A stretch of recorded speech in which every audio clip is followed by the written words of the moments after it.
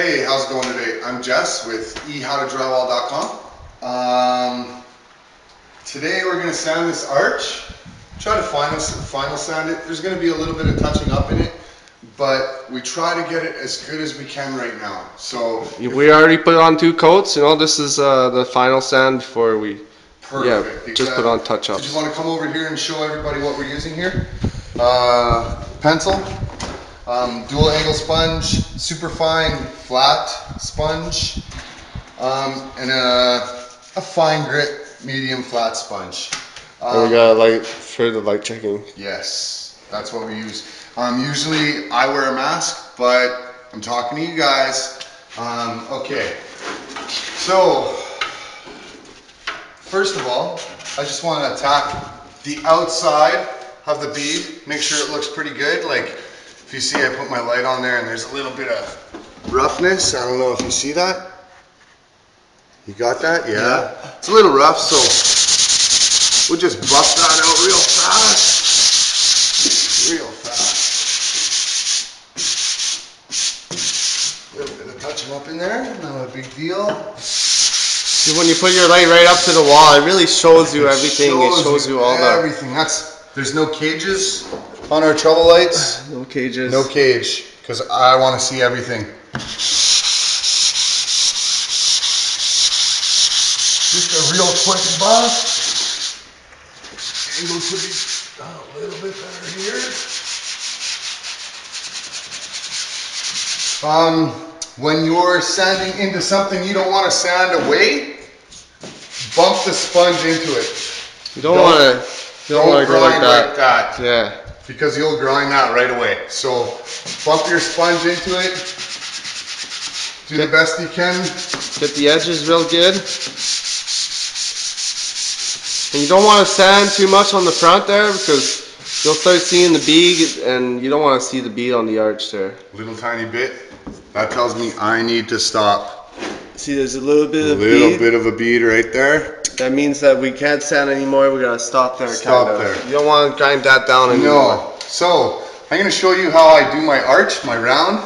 I rough it out with the dual angle sponge. So we're using the rough side, just to get the big nasty ridges out. Nastiness off.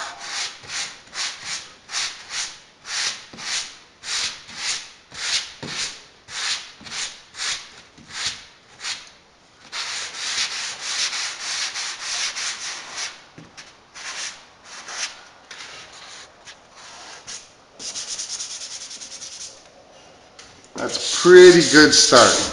That's a pretty good start for this. I mean, you can see that there's going to be a touch up in the bead. Not a big deal. But again, we'll keep going with the rough side. I don't go straight across it like this. I come at a diagonal pull and a push. Diagonal pull and a push. And the reason for that is when you're going around in the arch, you're not wanting to gouge that, and if you go straight across it like that, you're going to gouge. You're going to gouge with the edges of the sponge. That's right. So you just want to be real light. Just get rid of those ridges a little bit here and take them down. They're coming out really nicely actually. Fill in his coating. This is where it gets a little bit tricky because you have to kind of go the opposite way. So I'm using a bench, slide it and kind of come to the other side, work from the underneath. It's just a little bit more easy than trying to twist your arm all funny and stuff. And just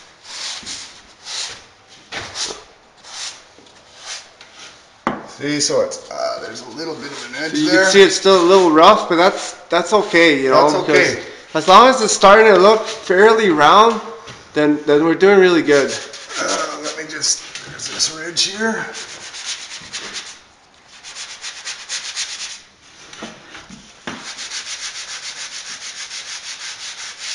No more ridge.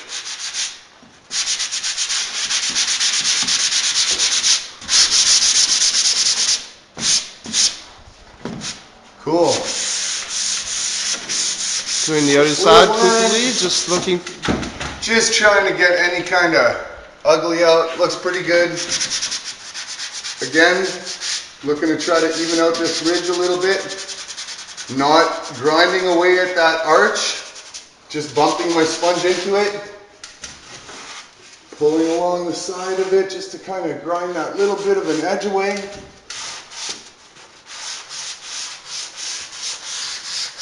Just do this side, eh? Pardon me? Just do this side? Just this side? Okay. Yeah. Well, that's it for the rust part of it. Now, I'm going to take my fine grit paper, not the super fine, and I'm just going to, it's pretty nice stuff actually. So wrapping your hand around it, it's pretty good. I mean, it's a little tricky. The corners, you'll want to see this. What I do is I put my sponge at a 45 here so that it gets into that meat of the bead real nice. And I just grind that away a little bit. Maybe pull it back and forth a couple of times. Not too much because we're showing a little bit of bead there. Just enough so that looks pretty round. This could be buffed out a little bit more here.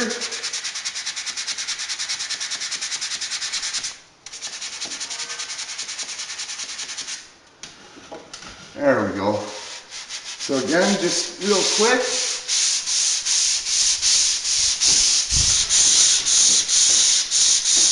Very nice. Still left lots of mud on there for me, so I can grind it out really evenly. And one of the reasons for putting lots of mud on the arches. So you can sand it all down and then make it real round, and you could work with it. You know, you got lots of mud to work with. Like, that's a really nice round. Like, you can see there's some pinholes in it, a little bit. You know, not too worried about it. I would mark it. Where's my pencil? And just see there's pinholes. So we'll just mark it a little bit. Not a big deal. And here, I kind of want to get this out a little bit more. So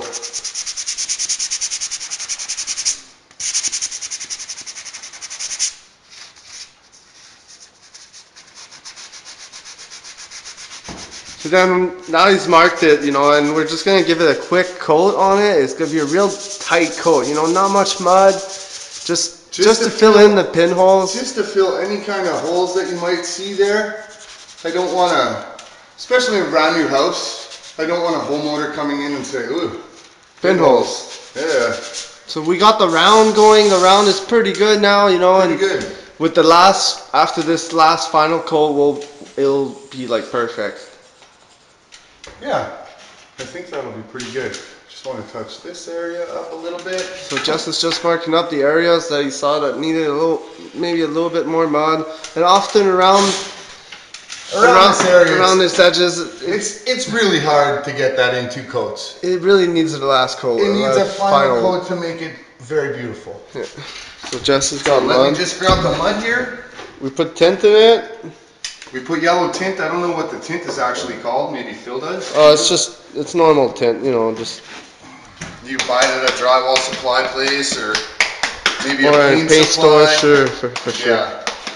So, like Phil was saying, we don't want to put too much mud on it, but we want it to take effect. So we'll just load it up with a 4-inch or 5 or 6, whatever you're using. When you're using a bigger knife, it's a little bit harder to not gouge it. So be careful when you're applying the mud. You don't want to start gouging your final sand and stuff. Maybe.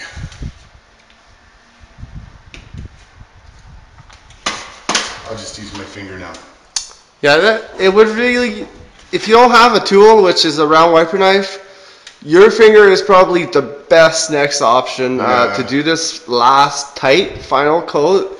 A bead just won't quite do it. It won't do the nice perfect coat for you. No.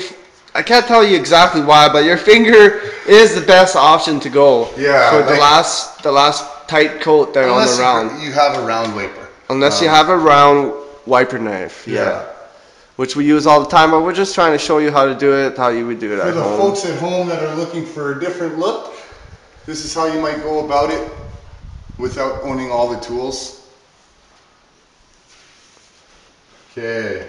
So now he put on the mud now, you know, he's kind of loading the mud on. Making sure that it's on there evenly throughout the whole bead, so that when I go to wipe it nice and tight and skim it out with my finger, it should be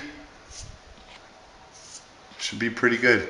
So I think he's gonna wipe the top first with his knife, right? You want me to do that part first? Sure. So just quickly wipes the top there with his knife, and he puts a little bit of slop and extra mud back onto the round there. On the round side. So maybe I'll just do this. And he does the bottom too, maybe. Here, not too much, but again, you don't want to gouge what you already have there. And then, can I put on the stuff around first? So we'll just put this here, this here.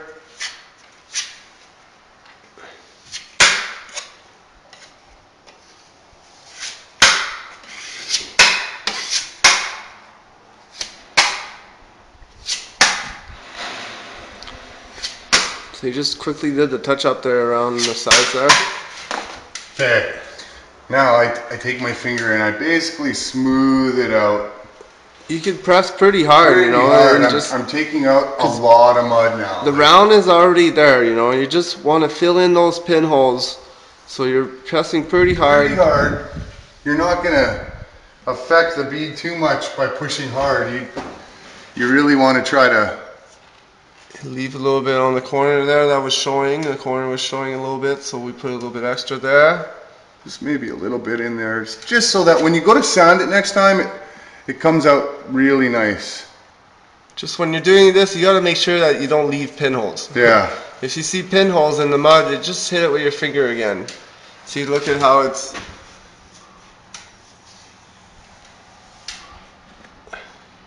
On the next coat, it'll be... On the next sanding, it'll be nice and round. Very smooth and round. I think that's pretty good, actually. Alright, Jeff. Thank you very much. Thanks a lot.